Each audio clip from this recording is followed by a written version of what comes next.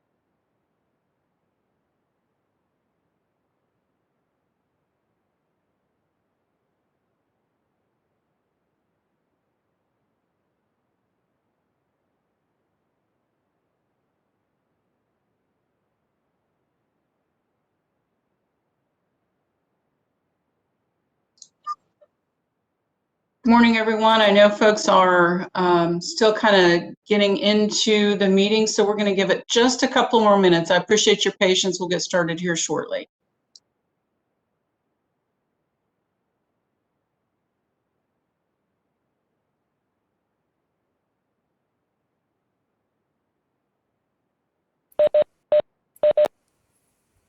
Also, if you are just joining, please sign in to the chat box. That's how we're going to keep our attendance. Thank you.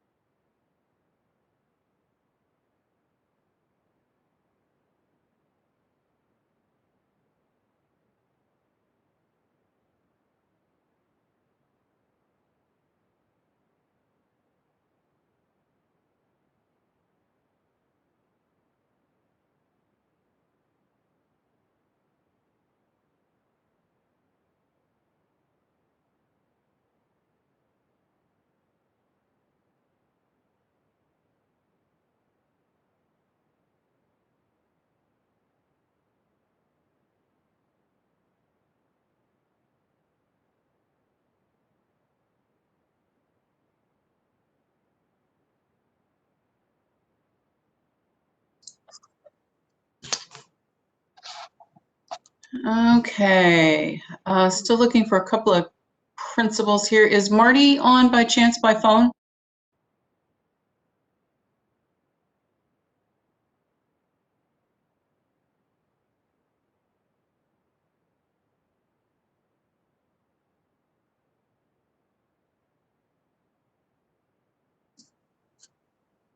Okay, we'll give it one more minute. That'll put us at right about 10:05. Like to get Marty on as one of our officers. So please be patient, guys. I'm sorry.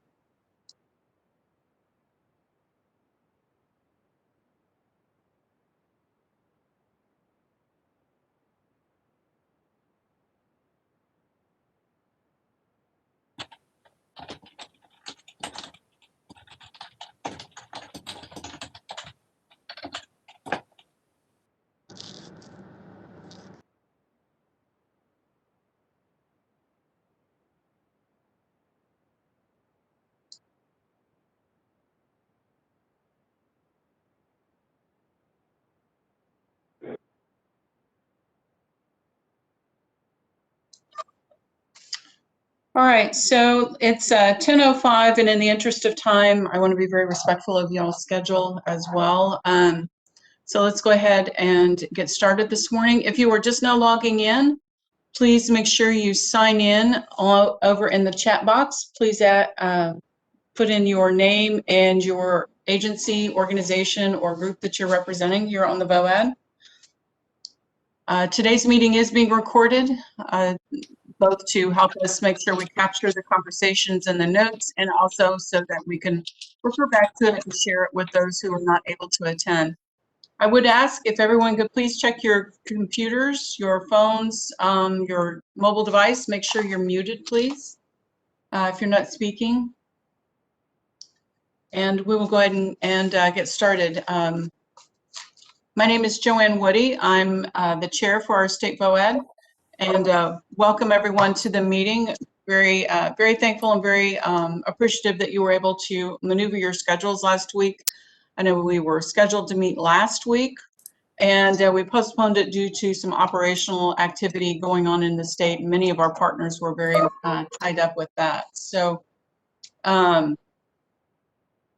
just want to thank you all very much for adjusting your schedules and for joining us today. And so, and I see more folks joining. This is great. So let's go ahead and start at the top of our agenda. I believe a copy of the minutes from last quarter's meeting went out to the membership along with a copy of today's agenda. So hopefully you all had the opportunity to take a look at the minutes. And right now I would ask if there are any questions, comments, or corrections to the minutes as they were sent out.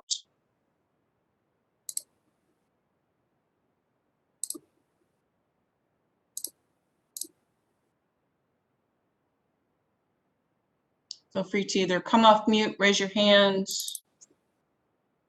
Not sure if I would see if you raised your hand, but surely someone will help me with that.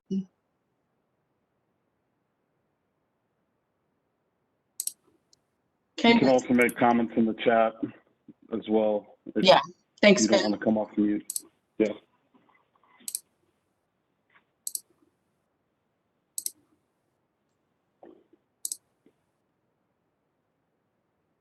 Okay, I don't see any comments, questions, or revisions to the minutes. Do I have a motion to approve the minutes as submitted?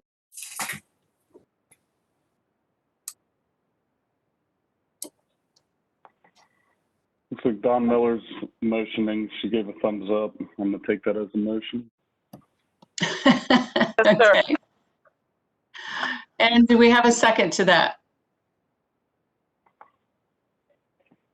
This is Debbie, I'll second. Thank you, Debbie. Glad you could get on. Okay.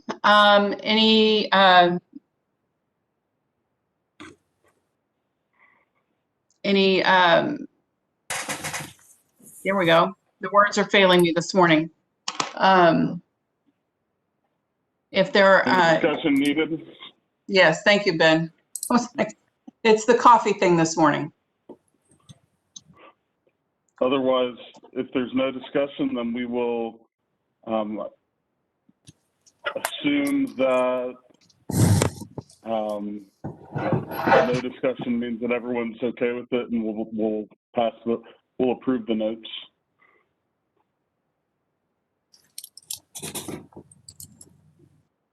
Okay. All right. Connie's giving us a thumbs up as well. So, all right. Minutes approved as submitted and indicated. And has Marty joined us?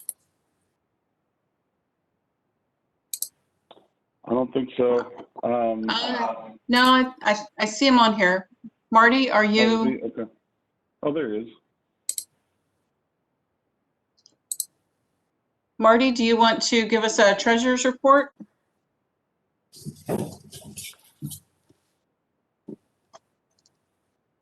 Can you hear me now? Yes, there you are. Okay. it had me going to a somewhat completely different site to do everything. Right, the treasurer's report. Grab that. Okay, we have as of last week, we had $2,958.48. And we have dispersed in that amount of time $325 for reimbursement. 275 of that was for AmeriCorps, reimbursement for the IRS payment for the 501c, and then also $35 our annual registration fee to the Missouri or the National MOVOAD.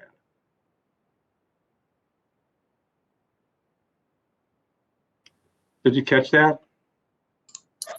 Yes, got that. Okay. Okay, hold on. Do you hear me now? Yeah, no, we got that. We got that, Marty. It keeps on muting me. I apologize. So did you catch any of what I said? Yes. No. Yes. So we had No? balance. We heard you, Marty. Okay, thank you.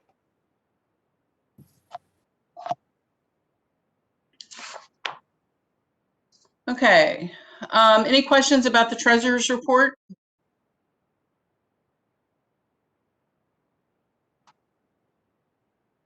Okay. And of course, since we, our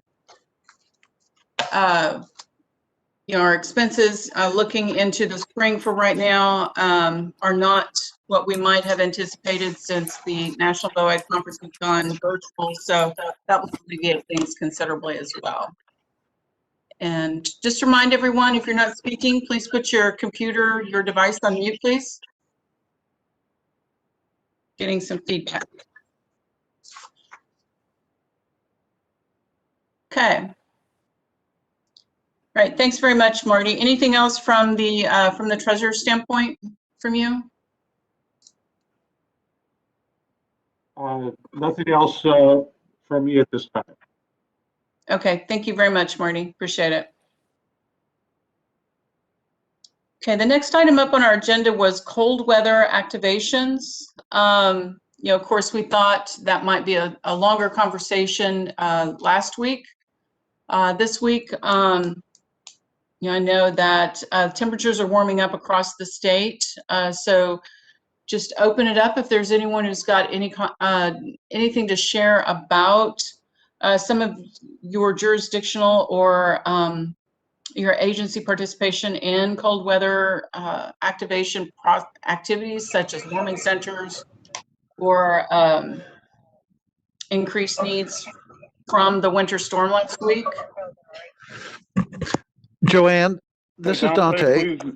Oh, okay, sorry. Go ahead, Dante. Yeah, Dante. Oh, okay. Yeah, we have in Region A, we're putting together a work group through the Metropolitan Emergency Managers Committee to study the activation thresholds for cold weather shelters and overnight, warming centers, and really be the same thing for heat and cooling centers in the summer. And so that's because we don't have a common threshold, and we don't really have one across the state. And I wonder if we're alike enough in climate that we could have something similar across the state. Probably not, but just the thought. The best plan at one time was the Operation Weather Survival in St. Louis, and but it's not being maintained at the current time. But it is, as far as I know. But United Way was kind of the keeper of it. I'm not quite sure who really had it. But anyway, it'd be nice if we had a good template. I've said for a long time, if we had a planning template for coordinated effort to warming and cooling center events. And so but we're going to take some steps here in Region A to do that. And in addition to that, I should mention that the rolling power outages that we experienced in Kansas City in the area, significant enough that we really are going to try to have a conversation with Evergy and other power electric providers. I really think this is the conversation to have in Missouri as well, that this VOAD and the partnership might put on their docket to have a better understanding of how these outages are distributed, planned or not planned, if there's any protections for acute care facilities like hospitals or nursing homes, so forth, or right down to the individual person with access and functional needs. I, it seems like there has been discussion about these types of planning considerations for years and years. And we got the sense this time that all that went out the window, that there was not really a concerted effort to direct power outages to certain places or avoid others. And of course, that we kind of known for a long time that being on a list as having an electric or a dependency of some sort for power and so forth is not all that effective, but it's just, again, probably need to move it to, or keep it on our docket, I guess, Joanne and Ben, for further consideration, I'd say, as both VOAD and partnership. And that's all I have at the moment. Hey, this is Marcia. Dante, if you could include me in your Region A planning for the warming and cooling thresholds, because we get asked those questions all the time statewide, and we really do need to put together some guidelines like on a state level. So I would love to be part of that discussion with Region A. And then I do want to throw out there about the rolling power outages. I also participate on a call with the big 8 power companies every Friday. So I can make the connection to bring MOVOAD into those discussions so that we can start this ball rolling too, because I think, Dante, you've got a very good point, because we got a lot of calls about particularly seniors that had no idea.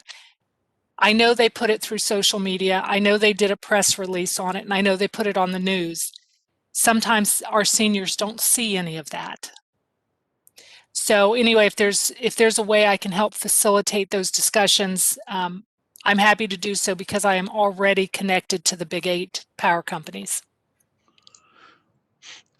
I think that was fantastic, Marcia. Yeah, that's a great resource, Marcia. I had no idea they had a group that got together like that. Just kind of curious, what kind of things do they usually discuss on these regular meetings? Or is it just a briefing from them, or? No, they talk about a lot of different things. And actually, I think Jessica Catron was on one of the calls at one point, because they were very concerned about when the moratorium on shutoffs was lifted, because, there was a moratorium when COVID first hit that you couldn't have your utilities shut off. They were very concerned about how they could identify folks that had medical equipment that was electrical generated. I'm sorry, my words are escaping me, but they were concerned about shutting off somebody that had a medical need for electricity. So those are the kinds of things they talk about, because they really are very aware that we've got this population out there. They just don't know how to reach them. They don't know how to identify them, because they don't have that information unless somebody signs up on one of their registries. They can't identify them. So they did reach out to us, and like I said, Jess was helpful too, to get information out to these folks about what they could do so that they're not shut off. And it's things like that. So they will be very interested, I'm sure, in working with us to make sure that they don't create more of a problem. Yeah, I think that would be a very worthwhile connection for us. I will reach out and make that connection. Thank you very much, Marcia. Absolutely. And another quick question. This meeting on Friday, is that centered are those conversations more about Missouri? Is it a regional conversation? No, it's Missouri specific. Missouri specific? Okay. Yes.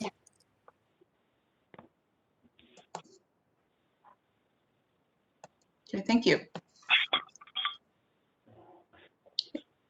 Any other observations or ahas from last week's cold snap or the winter weather issues that we had? Unique challenges that presented themselves with all of the with the rolling power outages, or I think as some of the power companies were calling the temporary emergency power outages. Any other comments or observations on that? Hey, Joanne, this is Debbie. And Marcia, this is sort of for you. So down in our area, we do lots around cold weather. We call it crisis cold weather sheltering. So we have a task force that meets twice a month. And so we had put lots of things in place and it expanded capacity. But when all the power outages happened, I'm really getting to my point. And we had seniors. So in our area, our senior age, they have an emergency alert system that they can send to seniors, and they spend all year, and all of our COAD members, we try to get all the seniors signed up. And so they were able to send out messages. Is that something that just our area does, or is that a statewide deal? That is something that just senior age does, because part of my job, of course, is working with all of the area agencies on aging. And I think that St. Louis also has a notification system, but those are the two areas that I'm aware of. The other AAAs don't have the resources for the alert. Okay, so, but it's a great resource. If we want to get info to seniors, we just contact Mark and he sends it out to them. Thanks for that. I think it's 37 counties they cover too. I don't know. You probably know more than me. Yeah, they're down in the south, down in the Springfield area, and that huge area right there. Yeah. Except for the 4 counties that are right at the end. That's a different AAA. I think Newton County and whatever's right there at the state line. There's 4 counties that don't fall within them. Yeah, Newton, Osho, Jasper, and McDonald. Yep. Thank you. So, question that comes to my mind, for when we're looking at these types of rolling outages, I know that the notice that was given to the different power companies or the service providers was usually very short, depending on if you're talking gas or electric. Or that was what we experienced over on the Kansas side. The power companies were given extremely short notice on the when, the where, and the how much they had to reduce their power spike or their power surge usage in their lines. And so notification was definitely a challenge. Of course, if it's only going to be for an hour, it's not terrible, but you have to make sure people are planning for a potential for an hour, where the power outage. So I'm wondering if we could, if there had ever been any conversation, love to hear, other folks' thoughts too, on utilizing like the wireless emergency alert system, the text messages that we can get through our cell phones based on cell phone towers. Don't know if that might be something worth, exploring it, with our state or federal partners, as we move forward into some of these issues. Along with that, Joanne, this is Dante. I think it's important to, I don't know if it's possible, but to have a number of minutes that people with access and functional needs or adaptive electrical devices and like oxygen concentrators and so forth to be without power. I'm okay with half an hour an hour, I get a bit nervous, but I think folks are supposed to be able to go 3 hours with most equipment. I'm not an expert on it, so I don't know what the number is. That might be a Vicki Davidson question, or Senior and Disability Services question. But but it would be good to have a number that if we can control outages, they shouldn't be more than an hour or half an hour. 3 hours, I have to start thinking of evacuating facilities, assisted living centers and things without generators and so forth. So just something to consider, I guess, for us as we go forward. Yeah, and that was a conversation, that we had, with some activity we had going on in Oklahoma and Kansas with our, with the Red Cross response, was just trying to get a handle on how long people could go without power. And, because again, it's easy to sit back and say, well, if they've got backup power, then they, if they're on on an assistive device that requires power, they should have backup power, backup battery or that sort of thing. But what if they don't? If you're, just barely squeaking by and you don't have that kind of support, what does that do to people? Yeah, I wonder and maybe Marcia or Jessica knows, but I wonder if the power companies have a rule of thumb on that. But I know from my own personal experience that 3 hours without power, a non-generator backup facility, and we have a bunch of them with almost entirely composed of populations with access and functional needs, and many having assistive technology to help with everyday living. And so their batteries go out after 3 hours, most that I know, but some batteries are less than stellar, so they go out earlier. So anyway, I think this is I feel this is some pretty important, I think, because if we have to do an evacuation, it's a big deal. And if we lose power and somebody loses their equipment, the use of their equipment, of course, that's a tragedy. So. Well, and Dante, I think those are the things that our power company partners need to know because they look at it from a completely different perspective. I perceived what I think instinctively I knew that was probably the case, Marcia. I'm glad to have you on that group and for conveying that information. That's very helpful. Yeah, and I think this is a conversation we need to have, so we will have this conversation. This is Connie. Could I just put a comment in here regarding what people really think about when they are connected to these types of devices? My sister was, when she was struggling with idiopathic, whatever kind of disease she had, where she literally couldn't breathe. And I always worried about that.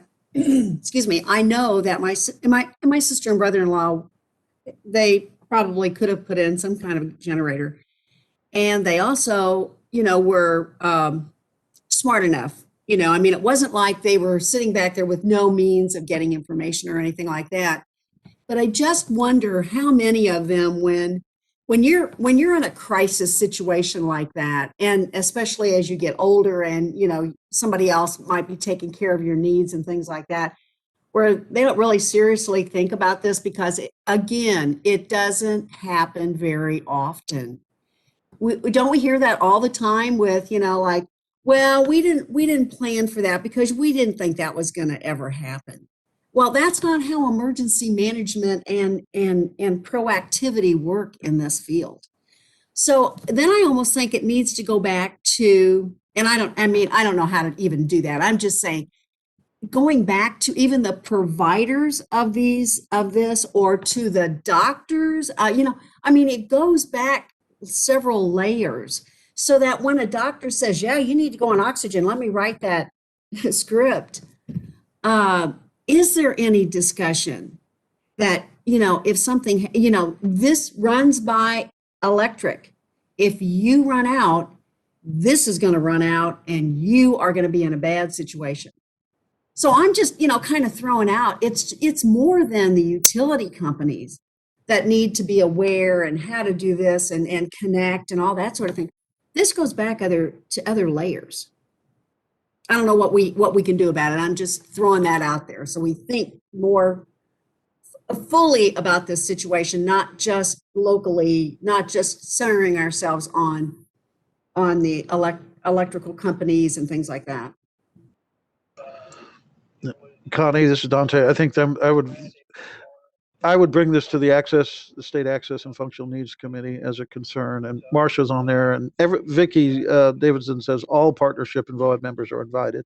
They're meeting this next Wednesday at 10 o'clock virtually. The SEMA EHS staff have the particulars on that, but Vicky welcomes all of you. And if it isn't brought up beforehand or during the meeting by somebody else, I'll certainly posit this as a subject for future consideration. Okay, hey, Dante, I am on that. I usually get on late because I have another call, but I will try to be on there again, and then, you can bring it up and, or whatever, and we can talk about it. But anyway, thank you. So this is Joanne, and a great discussion. And something else I wanted to just kind of toss out for the other VOAD members, especially those of you who are connected with local COADs. I just from the response efforts in Kansas and down into Oklahoma and areas that have been affected by, they were having issues with their gas providers, their electric providers, all the way down the line. But from everything I'm hearing, a lot of these costs are going to end up filtering down to the consumers in one way, shape, or form. Maybe not a lot, but there may be some individuals, at the local community level that are placed in very challenging, even more challenging spots, especially on top of COVID and everything else. So just something for us to all be aware of as human services, workers and as advocates for our communities, that this could add a layer of, need to our local communities that maybe the COADs need to be aware of and just kind of keep on their radar moving forward. And we need to, as a state VOAD, just kind of keeping our finger on the pulse as well. Because I think this winter, some of the, the challenges that the energy industry has had, and I think that's going to add to some of the burden in our communities. Okay, so let's move down to the next item on our agenda, National VOAD. And I'll go ahead and turn to, I'll let Ben and Marty kind of tag team on that. Marty, do you want to give us an update on like the conference and that side of it? A few bullet points. You muted yourself again, Marty.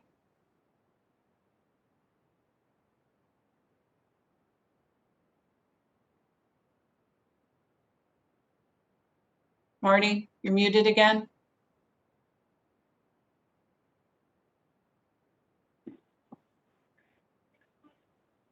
And Joanne, if it's easier, just let me know and I can give that update. Why don't you go ahead? Not to take that away from Marty, but you there, Marty? It looks like you're getting back off again. Okay, well, I'll just go ahead and do it. So the National VOAD Conference, as we announced, has been moved to virtual. So we will not be hosting the conference in St. Louis this year, but we will be hosting the conference in St. Louis in 2023. And so that was their way of making sure that the contract was being honored with the hotel and stuff in downtown St. Louis. And so we will have that whole group of folks here in St. Louis, just a couple more years to prepare for it. Which will also be nice because then we'll have a chance as a VOAD to see how the planning happens with next year's conference, I think, which is in Baltimore, if I'm not mistaken. Because because we didn't have that chance to learn from the previous conference, because since last year's was canceled as well. So anyways, registration is active up on the National VOAD website, MOVOAD.org. I think the registration for the full participation in the conference this year is just $100, with it being on the virtual platform. So if you have any questions, you can reach out to myself or Joanne about how to get connected with that. We can do that. Next up, with National VOAD, on the agenda, we have just like a VOAD leadership updates. And some of this seems like maybe stuff that we don't necessarily want to get too in depth with, but there's some updates that conversations that Joanne and I have been a part of as in the chair and vice chair of the VOAD, that we needed to bring some of this up because of some movement that was happening within the leadership structure of the different state and territory VOADs. And so back last summer, we, well, I guess it goes even further back. So in the fall of 2019, at the fall members meeting, the state and territory VOADs were put on the docket to become full voting members of National VOAD. And that vote was turned down, didn't go through at that point. And so last summer, a group of folks within the state and territory VOAD leaderships started to push the issue of getting it on the agenda again, and attempted to get it on the fall members meeting agenda for this previous year in 2020, which didn't happen. And instead, National VOAD, the board, they tried to slow that conversation down to make a second appeal to the larger body and have that be more successful. And so it was a bit of a process that they were trying to do. There were several people within that group of leadership that were unhappy with how the course of action was happening. They were calling it unequitable, and saying that pretty much that the state VOADs were not being treated in an equal manner to the national partners.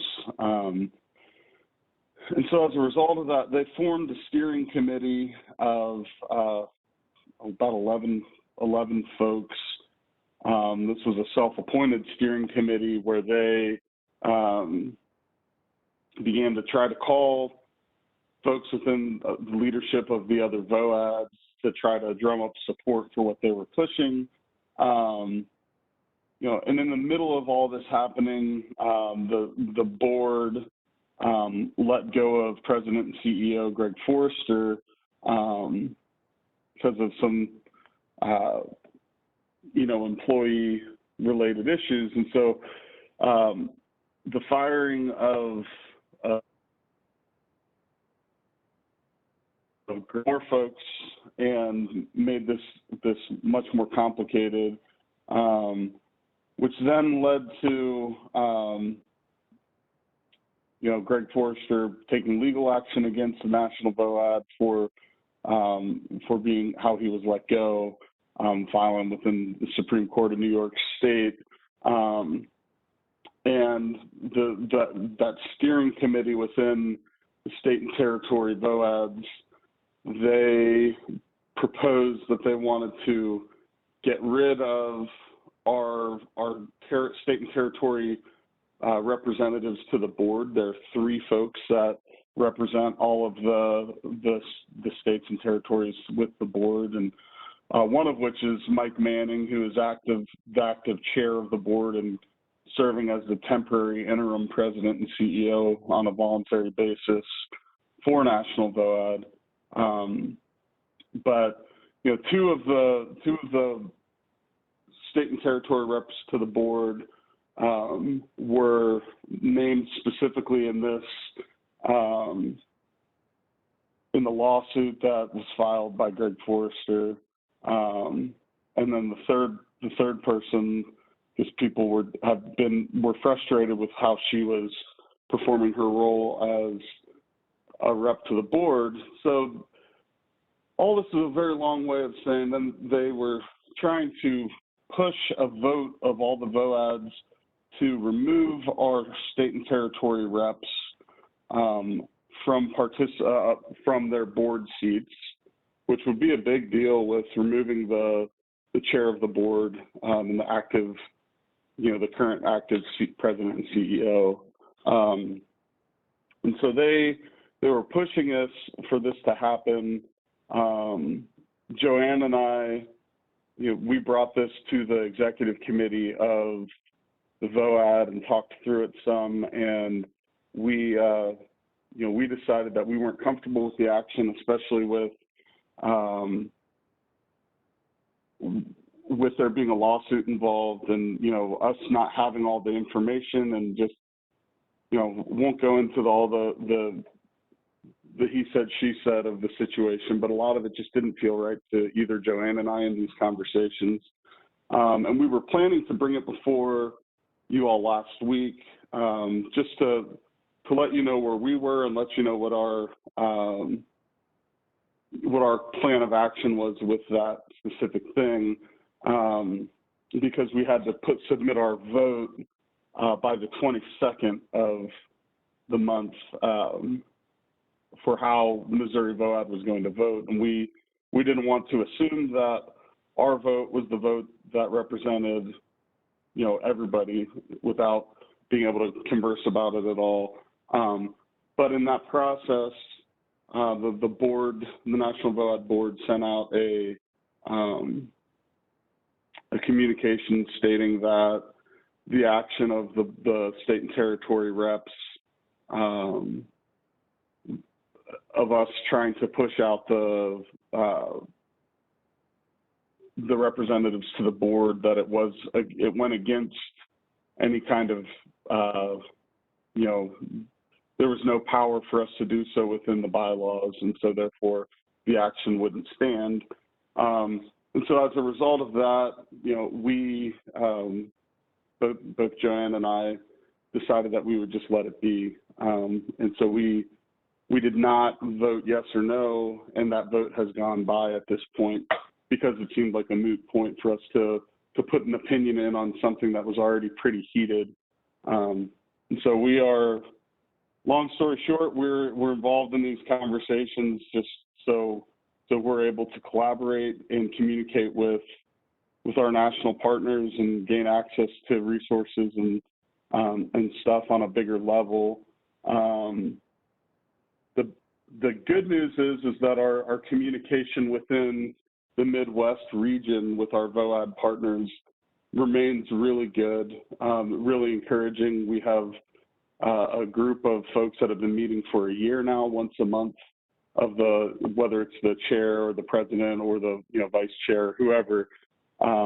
There's leadership within the 10-state region within the Midwest here that's meeting and communicating, and like I said, that's going great. And so that's where our biggest impact of involvement with National VOAD as a state VOAD would be. And so I'm sorry for rambling so much about this. I just wanted to be transparent and where the conversation has been. Joanne, did I miss anything? Do you want to add anything to that?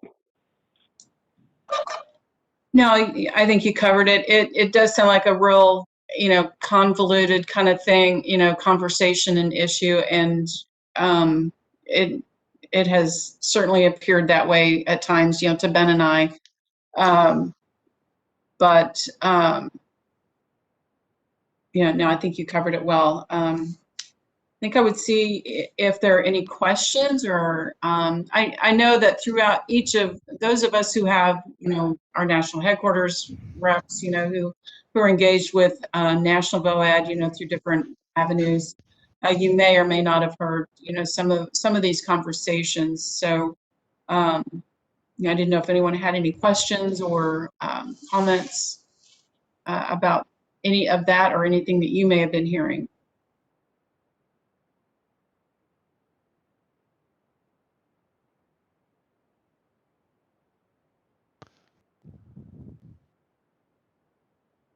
It's very quiet.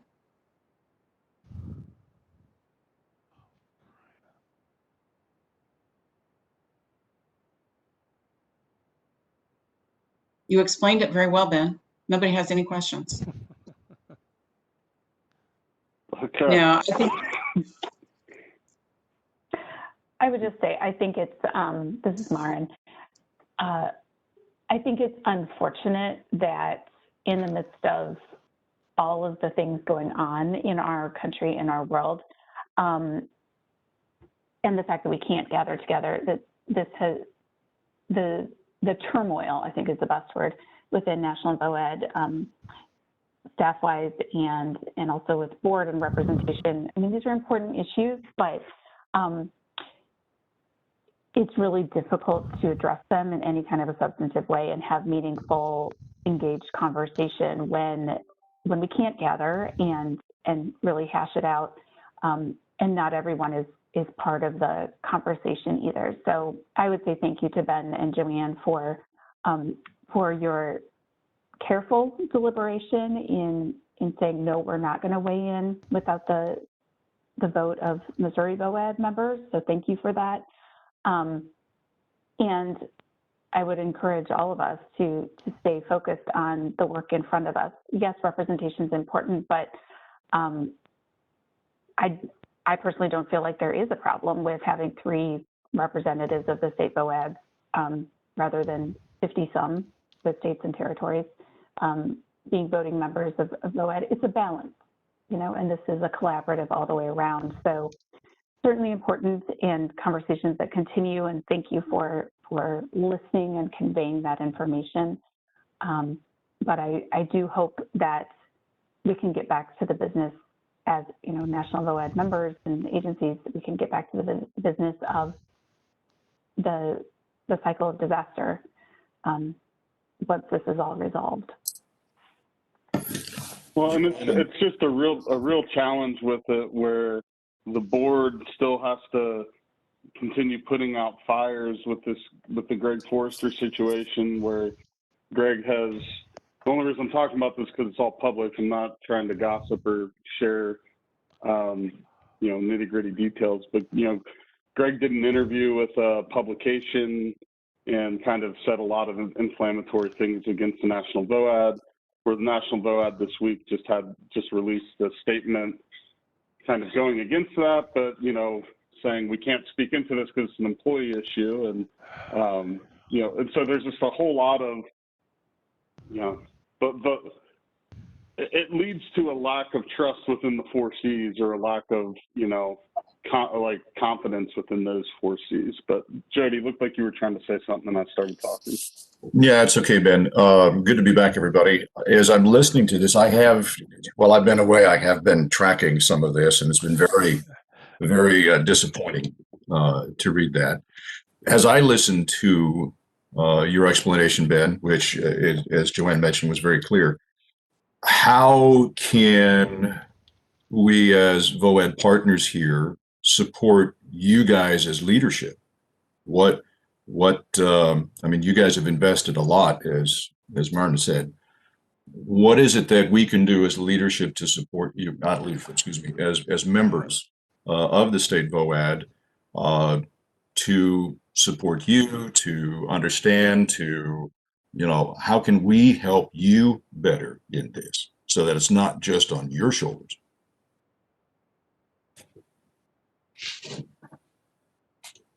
Well, I think that one of the best ways to do that is the fact that we have 45 people on this call.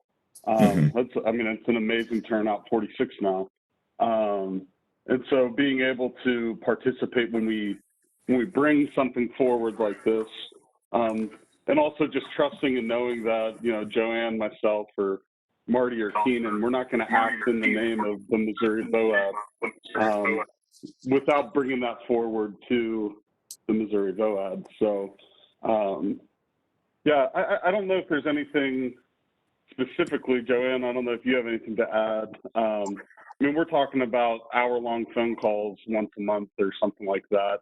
So it's not a terrible amount of time that's being taken away from us as a result of this. And I'm happy to participate in those conversations for Missouri VOAD. And Joanne and I support each other in that, and where it's not often that both of us are on a call, and so we're kind of tag teaming those different calls, so that it's not a huge burden against us. I also don't feel like the meat of what's being discussed, it's not taking away from us in a way that's depleting us. At least I wouldn't think so. It's just more information. It doesn't have, we could honestly disconnect from it and not worry about it and just go on about our Missouri way and focus on our Missouri disasters, and everything would probably be fine. But I don't know, Joanne, you have something? I think I would just, kind of echo that Ben and Jody, really appreciate you bringing that question forward. Just knowing that our partners, our fellow VOAD members are standing, beside us. Like Ben said, we've got 46 people on this call. That's, it's one of our better attendances recently. And just knowing that we're all still very much focused on doing what's in front of us every single day. There's an awful lot of work to be done in Missouri, and there's an awful lot of things that each one of us have in front of us. And, like Maren was saying, we're just going to keep moving forward, and the support we continue to get. And this is one of the things Ben and I have talked about quite often, the support that we feel, as state VOAD leadership, that we feel from the national VOAD staff and team that are there for us has not changed. Throughout the conversations with the national VOAD team about the conference, throughout conversations about, some of the different changes, with the website updates and the Midwest group that we have getting together, we're still talking to the same people, and they're still there if we reach out with a question. Throughout all of this, they've been there for any of the VOADs to ask questions and to get some guidance, or, hey, who's doing this? Do you know someone that maybe has encountered, whatever the problem might be that is in front of us. And so we have not seen a change in how we feel supported. And so I think, one way, that this membership, could kind of help is just, if you hear, or if there is something that comes to your attention as an individual member, as a representative of your organization, that you feel is in the way, then bring it to us, so that we can all as a team take a look and see if there's something we need to be addressing. But I think the members that we talked to beforehand, as things were kind of going, and just even talking with some of our fellow state VOAD leadership in the Midwest area, we're all very much thinking the same thing. It's like, y'all figure that out. Y'all get through the personnel issues and things like that. And, as long as we can continue to serve the people who need us when they need us, that's our goal. And I'm rambling just like Ben did. Well, let me just finish up with that then. I know I've been away for some time, so I don't know all the ins and outs. And so just listening here and gleaning.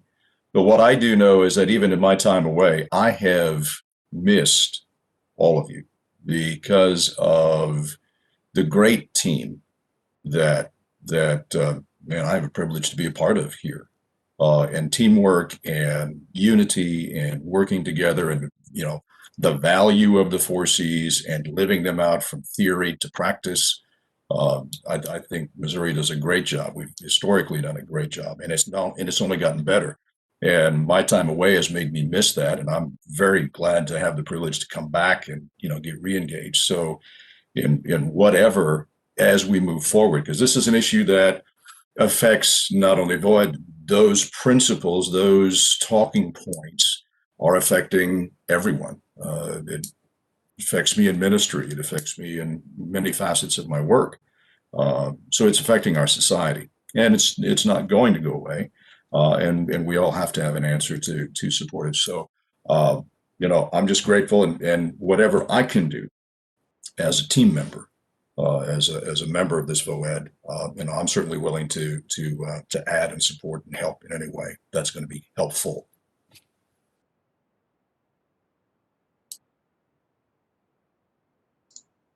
Thank you for that, Jody. Any other questions, comments, thoughts from any of the other members? And Chris, I miss Mia so bad.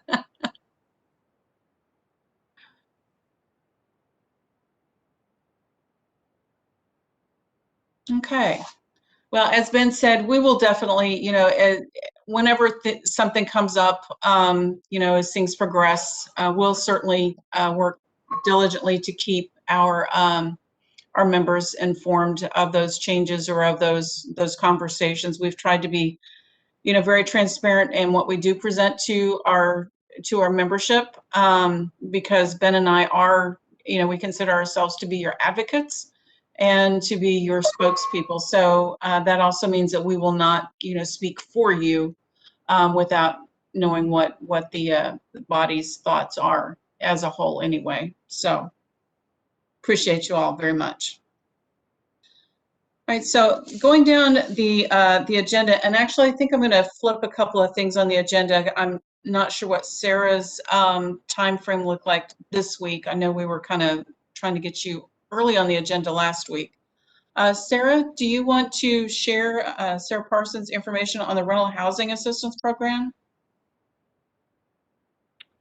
Sure can. Can you hear me all right? Yes, ma'am. Okay, excellent. So I just wanted to give everyone an update on the new funding that's come to Missouri, and it's the State Assistance for, let's see, we call it the SAFER program, the State Assistance for Housing Relief. So there's a lot of things going on with this, and I want to just give you kind of a general understanding of what it is and what's happening. So across the nation, there was $25 billion that came down for rental and utility assistance. And of that money, Missouri was allocated approximately 400,000. And I'm getting some feedback if there's someone not muted. Thank you. I think, yeah. I think they got it. Okay. So the Missouri was allocated about $400 million, and then any locality, city, county that had a population of 200,000 or more could directly ask for the funding from the U.S. Treasury. This money is a little different because generally when we see this type of utility and rental assistance, it comes down from HUD, but this money is coming from the U.S. Treasury. And so the requirements around it are a little different, which is actually a good thing. So communities that could have applied and did apply for that funding include Clay County, Kansas City, the city of Kansas City, Jackson County, Greene County, St. Louis City, St. Louis County, Jefferson County. St. Charles County could have applied, but they deferred to the state. All of the rest of the state is being covered by MHDC, my agency, Missouri Housing Development Commission. All of the rest of the state's being covered by my organization.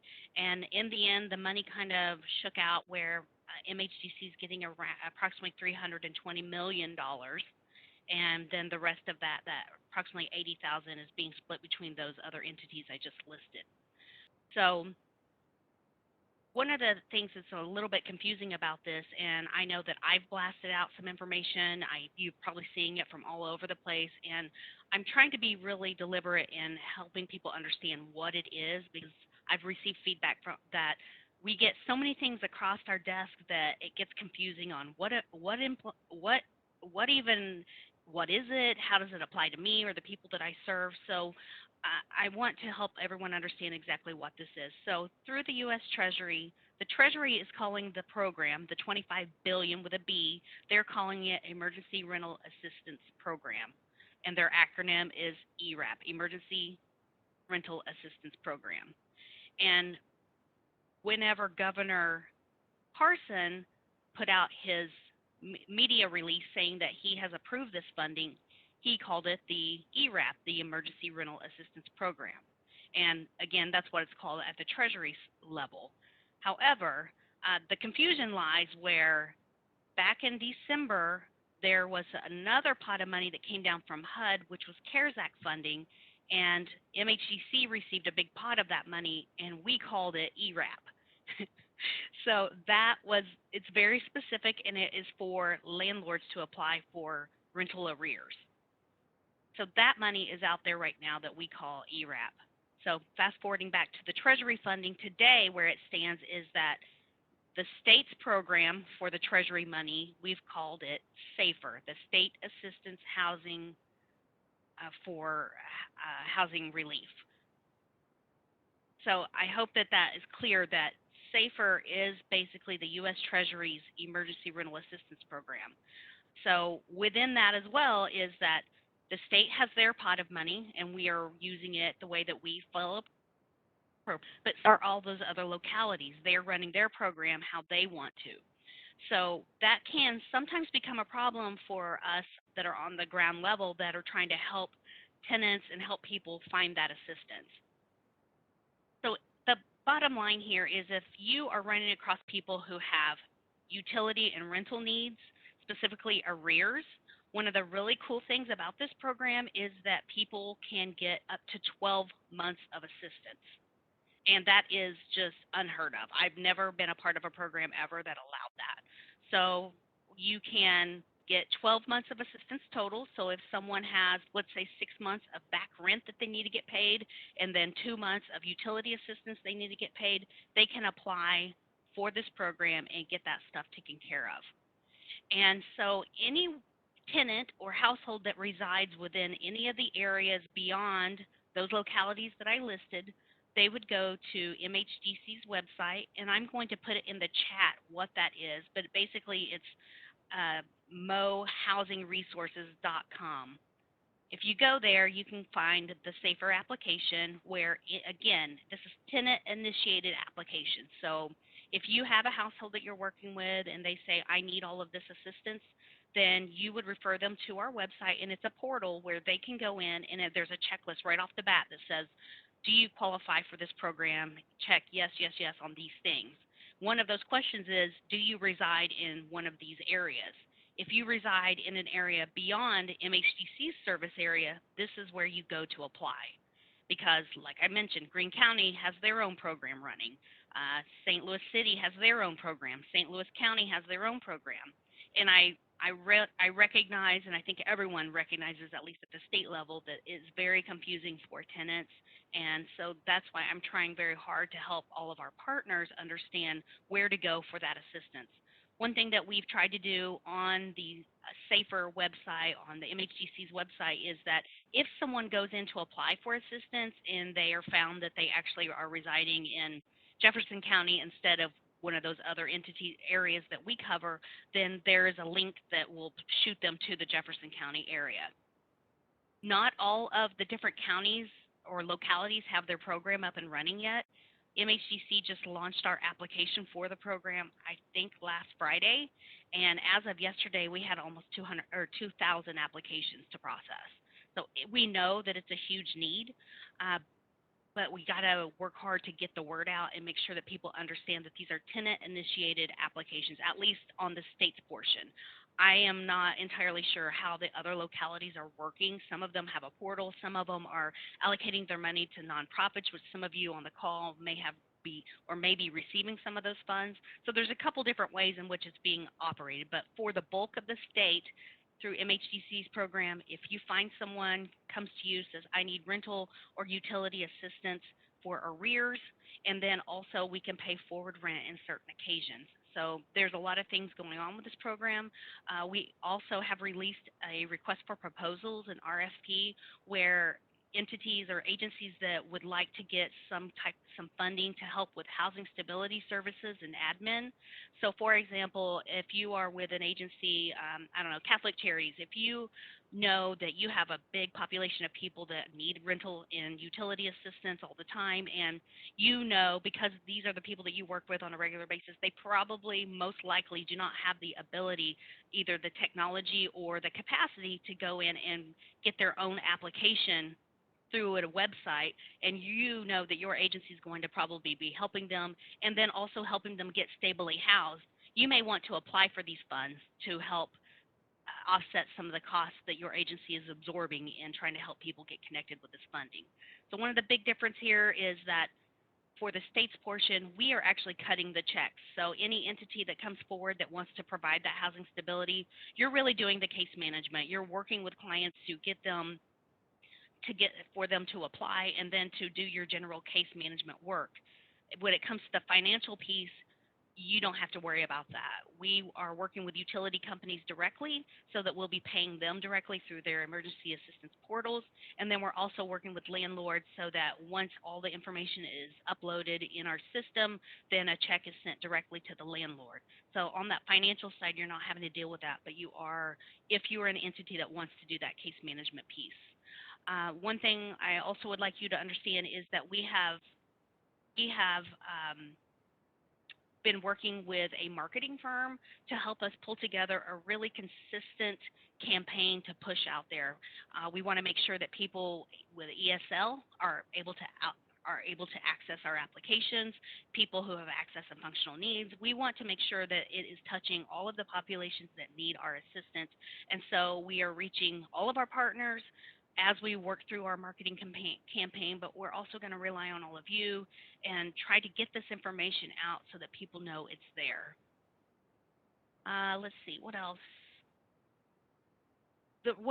Another very unique piece of this is that funding for the state's portion, anyone who has accrued expenses as of April 1 of 2020. So if someone has rent and utility expenses as of April 1, 2020 to current, they can get those expenses paid. We must, as a state and all of the local entities, the funding deadline is September 30 of 2021. So that is just a few months away. We have just a very quick turnaround for a ton of money, and so we're just trying our best to move it along. As I get more information from the other localities, I would be happy to share with you what is happening and at least try to get you the links to those for those of you that are serving those certain localities. But in the end, if you have just you're looking for general information, you can always go to the MHDC website, which should shoot you to the appropriate site for those different localities. And I just wanted to put that out there, make sure everyone had an understanding generally about what this program was and how to utilize it. So I'm open to questions. If there's detailed questions about the program and uses, I may have to defer to one of my colleagues and get back to you, but generally I can speak on the program.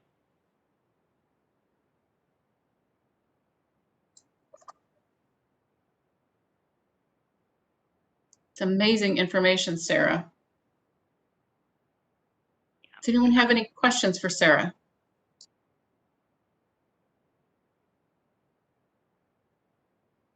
No, but this is Connie again. I just want to say she did an awesome job. I used to work for state government and I work for family services. And when you see policies come down, sometimes it makes your eyeballs just cross because trying to figure out exactly what all that verbiage means. So I appreciate all your effort, Sarah. I mean, that was a really good, I don't have to use any of that information, but I would know that if I did, I could come to you and get a very clear understanding and be able to use it. So thanks again.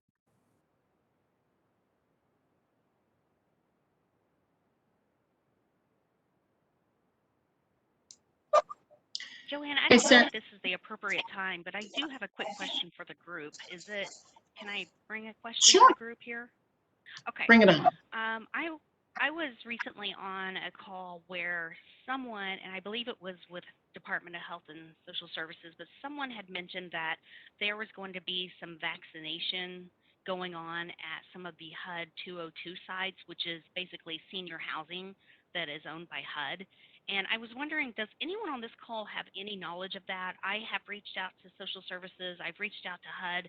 I'm just not getting any information on that. And my interest is that MHDC has a large portfolio of senior sites that we have been thinking and trying to figure out how might we try to get some vaccination going towards our senior sites and those sites with people that have kind of the more vulnerable ability or inability to get out and get their own vaccination. So I'm wondering, does anyone here on this call have information on that? Hey, Sarah, this is Tina. That would have been Marcia Davis, and she had to jump off of another call to another call. I Okay. would suggest reaching out to her.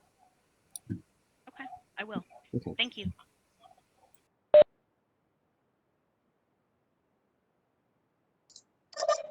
Hey, this is Connie again. I want to respond to Sarah's question. When we got emails, this week about different things through the MOVOAD listserv, there was one of them that was dealing with this vaccination group that's trying to, get to the underserved populations.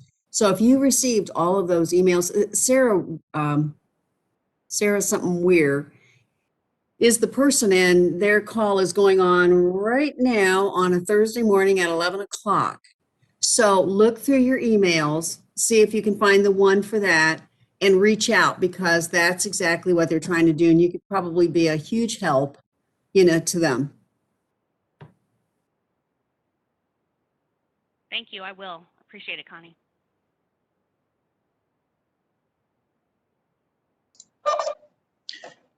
So Sarah, quick question. So if, let's say, for instance, Red Cross is working with an individual from a house fire, and the home is deemed unlivable, they're going to have to move, but because of their past rent history, maybe they were delinquent on that month's rent, or maybe it's their utility bills that they're challenged with, and that's precluding them being able to be approved for a lease, because of that past due balances and things. Would they qualify for that funding if they're in the right areas? The big question to that would be, can they tie back their arrears to being impacted by COVID? Okay. That is very loosely defined in the law and within the different entities that have the funds. So they would need to, be 80% of the area median income and below. For those of you that don't work with AMI or area median income, it's a pretty good level of income considering the different populations that we generally work with on the AMI level. And then also they would just have to show some way in which they have been financially impacted by COVID. So let's say they lost their job, or their car broke down, then they lost their job because they couldn't get to work because they didn't have the money to pay for COVID. You got to get creative, but it's very loose. So if you can make some sort of tie back to COVID, then yes, they would be able to get those arrears paid for. Okay, thank you.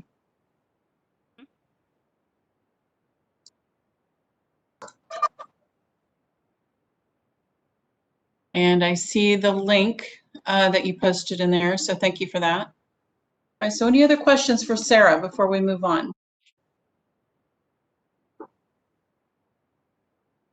Okay, Sarah, again, thank you so much for joining us today, and appreciate the information. This is great news for many members of our communities across the state. So good stuff. And so let's go back up. Let's go back up to SEMA update. Someone from our partners, our friends at SEMA. Good morning, everyone. This is Tina. Melissa would love to be on this call right now, but she is in the middle of working the activation with COVID. She's actually working very hard with the mass vaccination sites right now, setting those all up around Missouri. She wanted me to relay that she still needs volunteers for doing the mass vaccinations. And that's in several areas of the state. So if you're interested in helping out and you can vaccinate, you're licensed to do that or whatever it is, I don't know that one for a fact, please contact Melissa. You can email her at melissa.friel@sema.dps.mo.gov, and I'll put that address in the chat box. or you can call the SEMA main line and ask for her. And that main line number is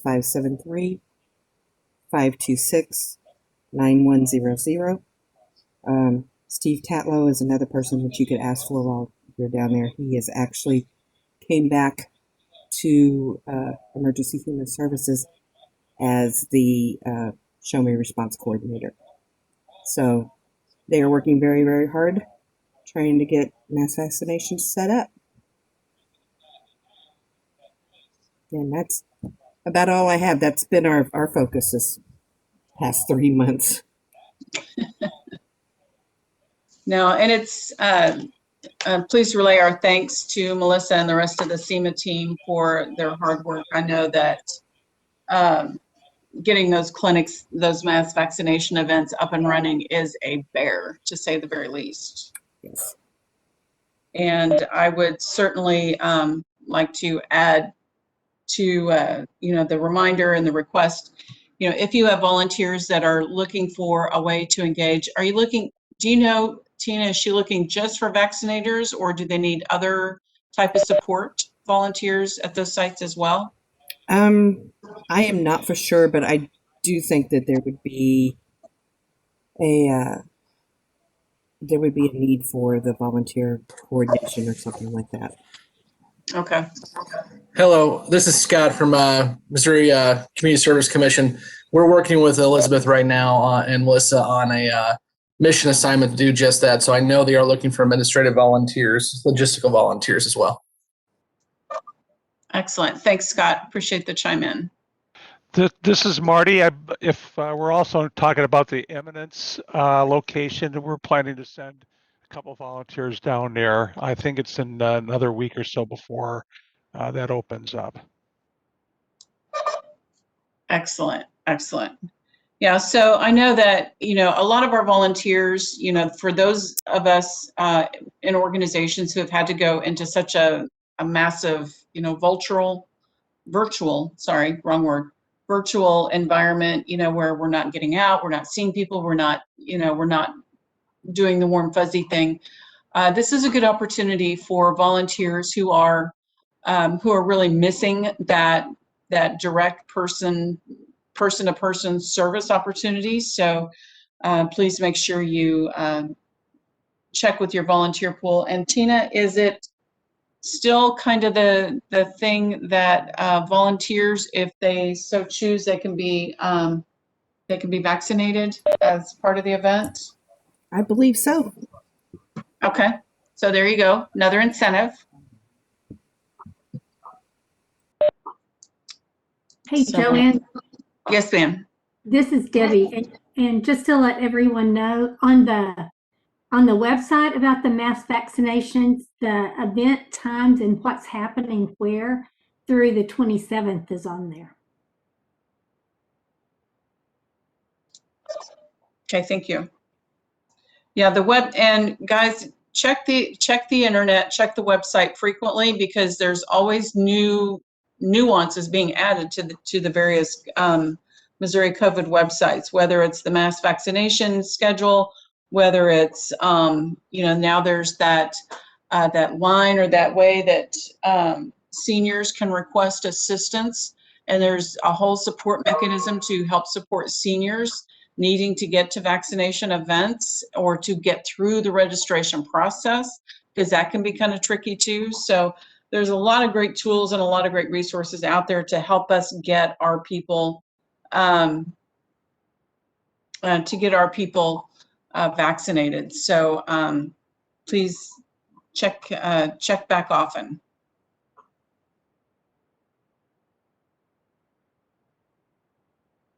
All right, down to FEMA. Are any of our FEMA partners on for an update?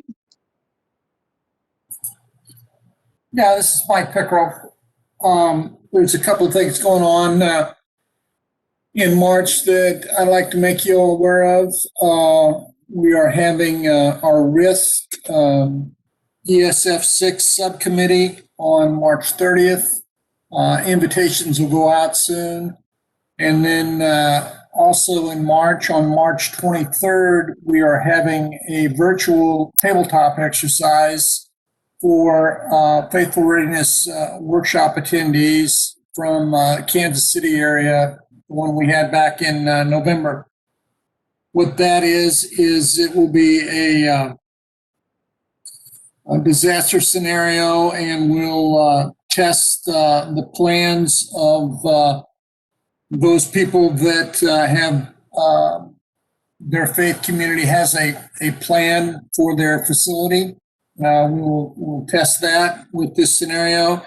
And also those folks that don't have a plan but may be working on one or want to know what it's all about should probably attend as well, because you'll pick up some good information from this particular scenario and the discussions that we'll have at this exercise. So with no questions, that is my report. Thank you very much. Sorry, this is Dawn. I have a question. Sure, Don. Is there a flyer or email that I have missed that I can? There was a save the date that went out probably 2 weeks ago, but the registration flyer will go out hopefully the beginning of next week. Thank you so much. You're welcome.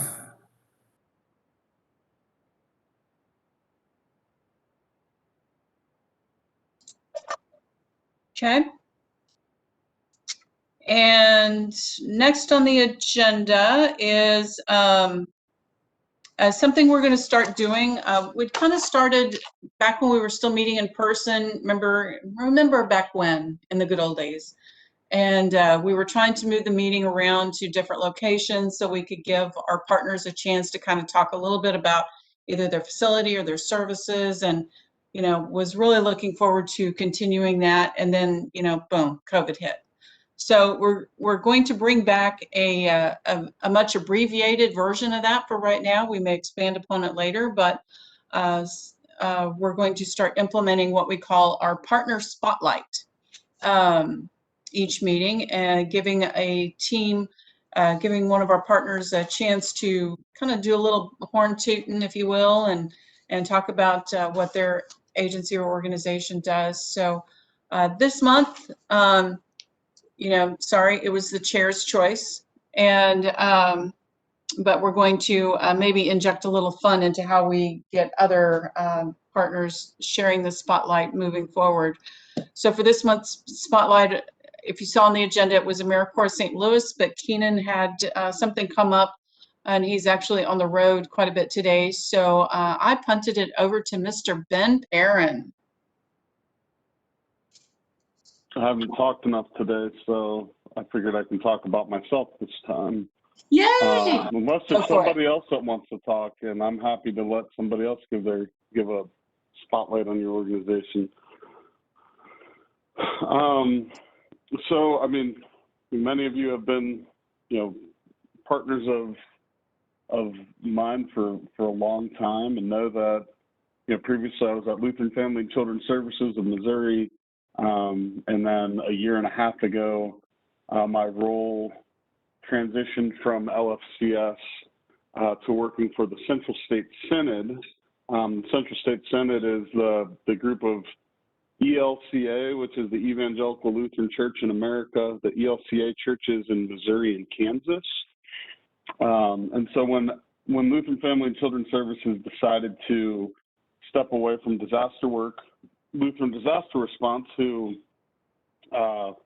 we were the affiliate of at LFCS, decided to keep the program, or keep representation within Missouri, and through funding a position through the Synod, by proxy add coverage for the state of Kansas as well.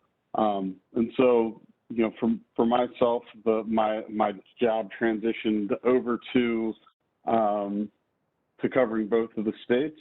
And, in many ways, my job hasn't changed very much. It's still very community focused. It's still very planning focused,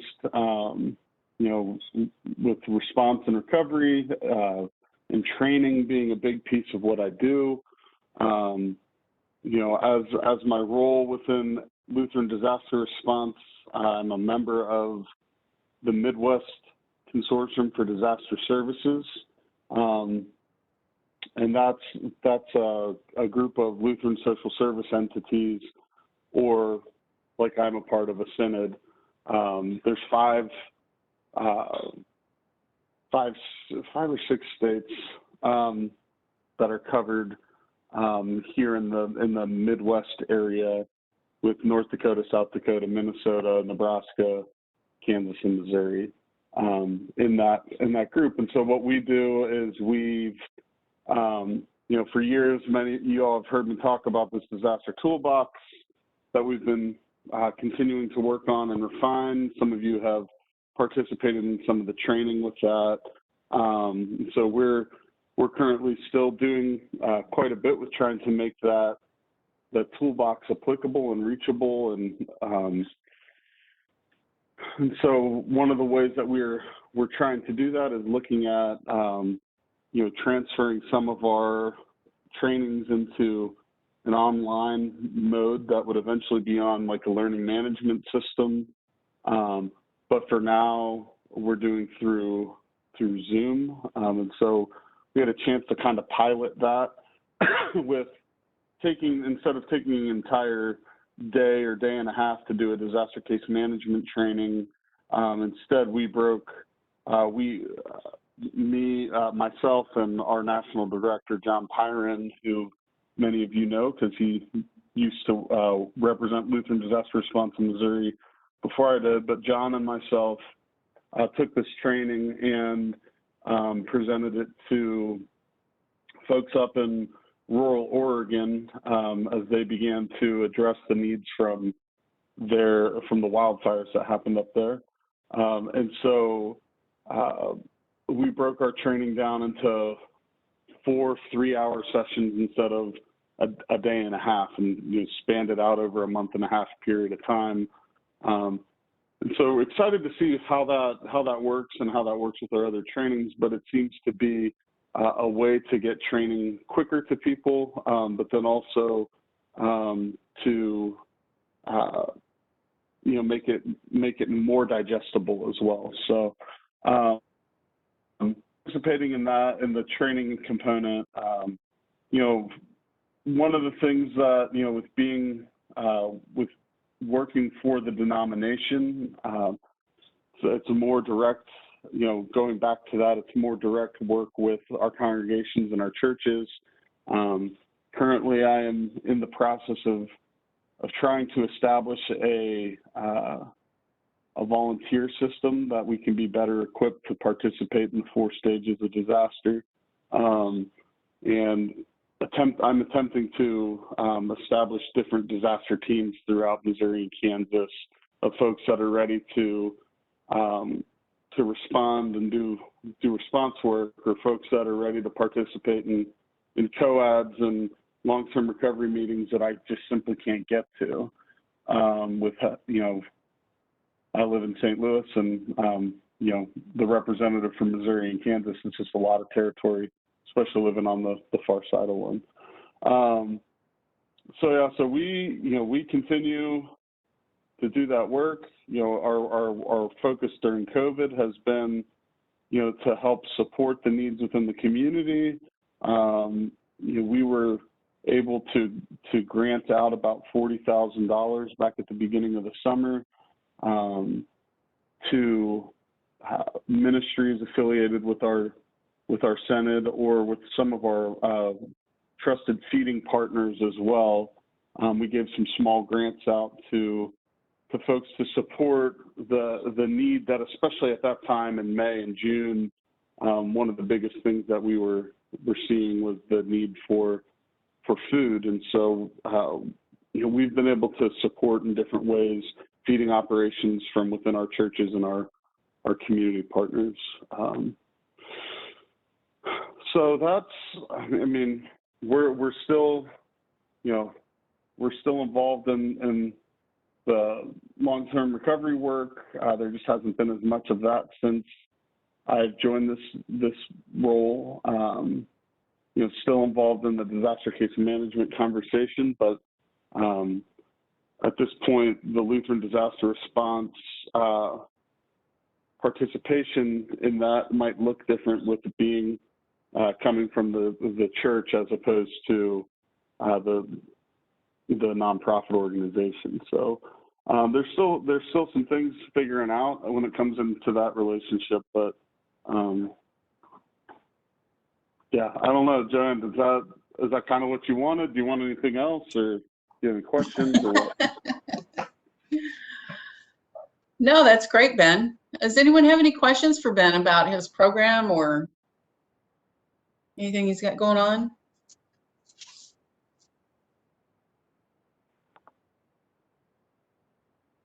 Okay. No, the intent was just simply to, give each of our partners an opportunity to talk about some of the great things they're doing or any new initiatives. And, especially in this virtual world, it's easy to lose touch with each other and to lose sight of, it's easy to get isolated and insulated into our own little worlds. And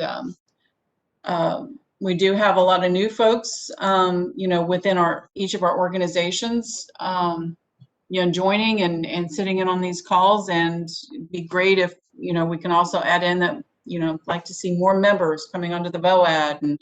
And so anytime there's a shift in people, a shift in, organizations participating, I think it's important for us to share some of the great work, because it helps us understand what our partners do, but it also helps us see new opportunities to coordinate with some of our fellow members. And that's why we're all here. That's, one of the things that makes us all stronger. It's, the more we understand about each other, the better we are at trying to find the ways to, work together during times of disaster, so I think it's important for us to share those kinds of things. So that'll be great. So thank you very much, Ben. I know I put you on the spot last minute, and I appreciate you being a willing guinea pig for the first one out the door. Sure. So now am I supposed to nominate someone else for the next meeting? Is that what you want me to do? Yes, that's the fun part. So whoever presents. The fun part. Yes, that's the fun part. So whoever presents gets to tag a member to present at the next meeting. So and since we're recording, we'll all know who's being tagged, so we won't let you forget. So Ben, who do you tag to be on deck for the next one? I think the easy one would be Keenan, since he was supposed to do it, but I'm not going to do that since he's not here. I will tag Galen Moss in the Missouri Baptist to present next time.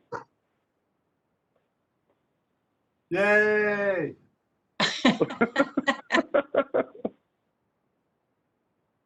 I like the enthusiasm, Galen. All right, so everybody heard it here. Galen and the Missouri Baptist will be our partner spotlight at our next meeting. Absolutely. Okay, moving on down. We're getting close to the wrap up, guys. So Ben, do you want to go ahead and take committee updates? That probably isn't fair since you did the partner spotlight. I'm happy to do it. So I don't think that we have any update from the bylaws committee. Marty, do we have any updates from the membership committee?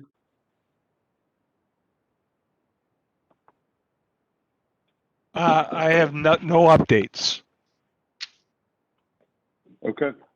How about, I don't know I don't have a list of who's the chairs of all these committees, but for, DVCT, I don't know, is that Dante, who's the chair of that? Do we have an update? Or maybe the thing is, do we have an update from any specific committees? Does any committee have an update to give instead of calling all these out? Ben, this is Dante. I'm just looking. Is Charles Yep. or Charles on? I'm not seeing that. And Jody, I know Jody was on, and I'm not sure if United Way St. Louis is on either, but I have not been able to get together and pull that committee together. I promised I would try, and I shall, with Jody's help, I hope, and uh, get that group back together.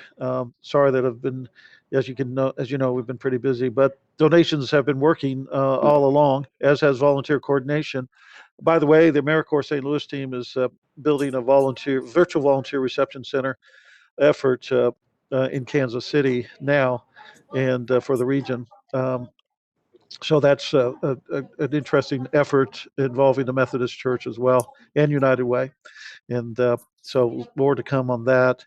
And I probably somebody mentioned it already, Ben, and I'm sorry I had to drop off and on a bit, but I know the AmeriCorps folks have been mission assigned by the feds. If that's already been mentioned, I'll shut up about that. But Melissa informed me, I think there's the AmeriCorps St. Louis team plus many other NCCC members are coming and to Missouri to help with vaccination efforts. And Keenan, I think, is in SEMA, meeting with SEMA today, which is probably why I can't be on the call, to go over some of the particulars there. And the AmeriCorps team here in Kansas City has been terrific. So, but I hope to have more to report next meeting. Dante, this is Jody. Why don't we just talk offline now that I'm back, and I'll help you work on it. Thank you so much, Jody. Could appreciate that help. Okay. Thanks, guys. Any updates from AdPac training, mass care, or Mercy? Pete Gross did put in the chat that there are no updates from the State Mass Care Committee. Oh, okay.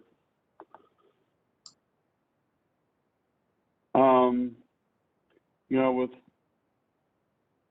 then the other committee that we have, there's MOVOAD, which is the COAD Long-Term Recovery Committee. And Debbie Meads, are you still on the call? I am. You want to talk for a second about that? Sure. Yep. So on the agenda, this is MOVOAD, and actually the initials are MOVOTACOL. We couldn't even remember the initials, much less what that meant. But it really it's a committee for to help form local COADs and long-term recovery. So just a few things. We've been meeting every Friday from 10 to 11:30 since March of last year. So we've been doing this almost a year, and really to get situational awareness and to share information among the COADs. So we initially invited all the COAD chairs and co-chairs, some of the officers that we knew, and then they started inviting other people to those calls. Anybody on here that would like to get the link to that call, just let Ben know.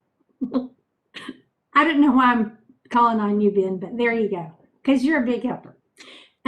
We also, from that group, we have a subgroup that's looking at how COADs fit into local emergency op plans and recovery plans. And our goal is to have, and Dante's actually leading this effort, but we want to have templates for like small rural communities, medium-sized communities, and then larger communities. So if you're interested, we've talked a lot about this on our Friday calls and have added some people to that group. But if you're interested in helping us look at those issues, you can email Dante or I. And the other thing that we're doing is we're updating the COAD list throughout the state, and so that we know who's meeting, and just trying to support that as we update the website, which I don't know if Joanne's going to talk about that. That document will reside there. So if you want to contact a COAD group in the state of Missouri, you'll have that. We have that now, and we're kind of still cleaning it up.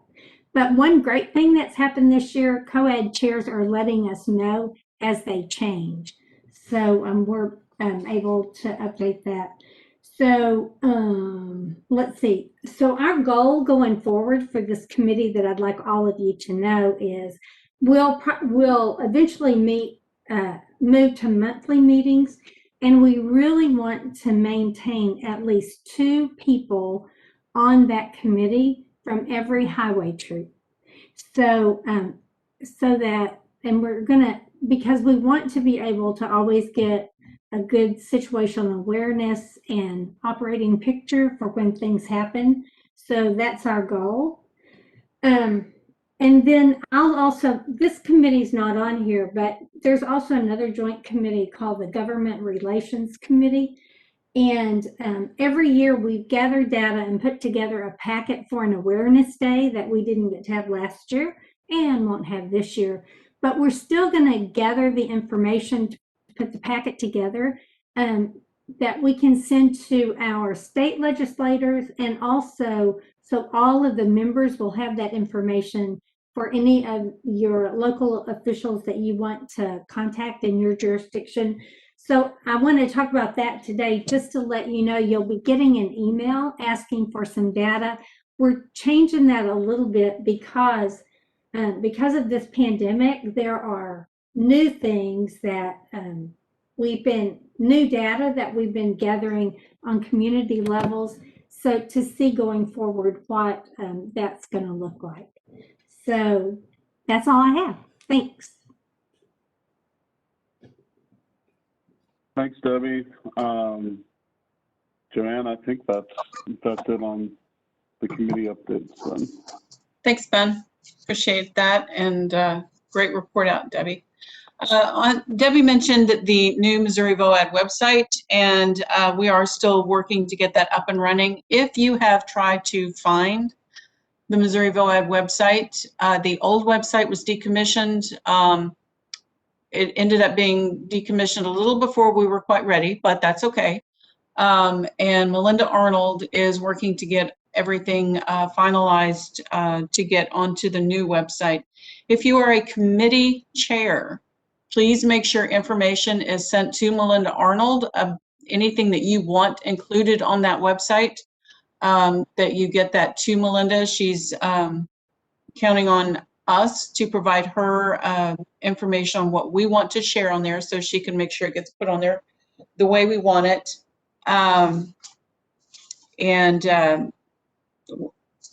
I don't currently have a timeline, but I know that she has it as a priority to get it up and running for us.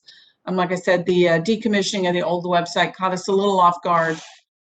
We thought we had a little more time. So apologies for those who have tried to find us online. You can still go to, we don't have a lot of documentation things on the Facebook page, but meetings, and we're sharing some information on the Missouri VOAD Facebook page as well. So stay tuned. Hopefully we'll have some information for you all very soon about the new website. We're looking forward to it. I think it's going to look pretty cool, and it has some good tools and resources for us. So before we close out, are there any other organizations or any other members that have any kind of updates on current activities that you would like to share with the group? We have a few minutes. Joanne, this is Marty. Yes. So just would like to once again extend an invitation for those who happen to be in the southwest corner of Missouri on Monday at 11 o'clock at our Joplin Salvation Army Community Center. We will be dedicating our disaster services warehouse there. Finally, after I don't know how many years, it's been on the drawing board. We're going to be out there and showing everybody the warehouse, but also we will be showing the canteen, and we will finally be bringing our Saturn communications trailer from St. Louis to be permanently stationed in the warehouse building there as well. So once again, 11 o'clock at the Joplin. I can give you the quick address. The core, which is just about right across the street from the warehouse, is 320 East 8th Street in Joplin. and love to have you there. And then just one of the things Jody brought to my attention with a text message, and Jody, thank you, is I am going to be planning to send out the 2021 dues to the organizations in March.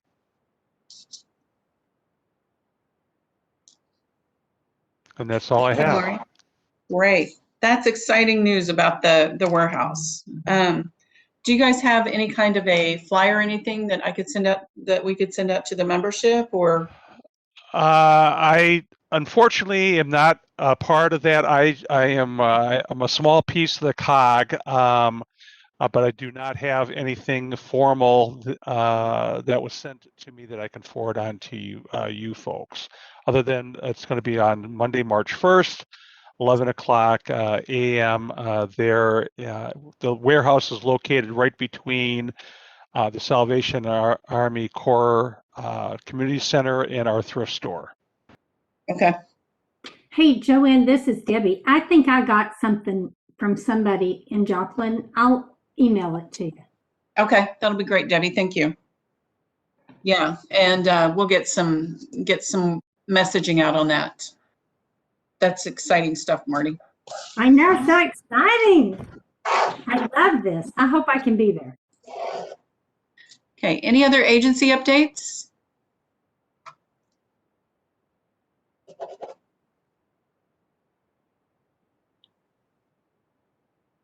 Okay.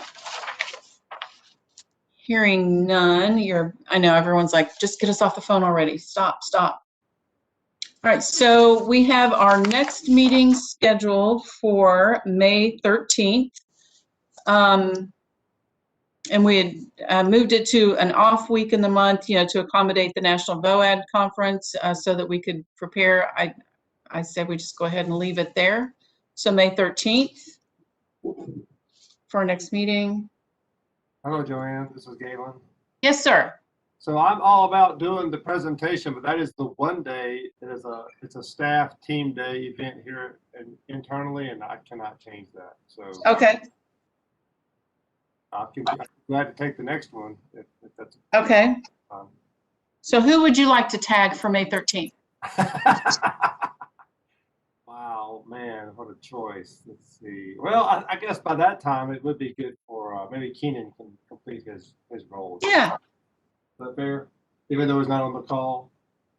I think it's only fair. Awesome. Yeah, no, he's fine. Keenan can do it. Yeah.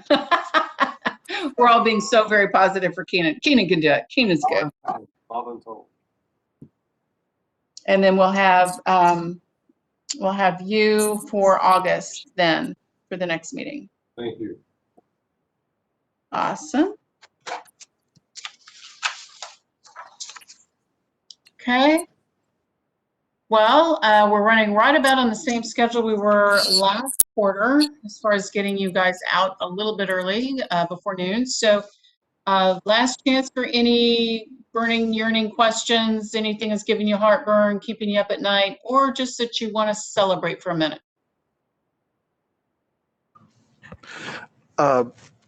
Joanne, one last thing. This is Dante. I might just suggest maybe Steve Tatlow or some appropriate person could at some point in the future talk a little bit more about Medical Reserve Corps, which has been kind of an important part of the whole vaccination and COVID response effort. And it is part of the Citizen Corps movement, and that's all kind of part of us as a volunteer-based organization. And there's so many developments in that area that, and so many good partnerships developed that, when it's appropriate, I would like to recommend somehow having a presentation on that. And I don't know if that's better in the partnership or MOVOAD, but I think it's somewhere in there. It'd be good to have it. Okay. I've got a note about that. We'll figure out where to plug them in. Absolutely. I think that's great. And that could actually be a more in-depth kind of presentation, more than just a spotlight or a highlight. I think that would be good for all of us. Okay. Thank you. Mm-hmm. All right, well, I think then that is, that brings us to a close then, guys. Do I have a motion to adjourn? So moved. Second? I second. All right, guys, everyone be safe. Take care of yourselves, take care of your families, and make sure you check on those who may be struggling with isolation concerns, not being able to get out and be around family and friends. So help take care of each other. So everyone have a great week and a great weekend, and we will talk to you soon. Thank you so much, guys.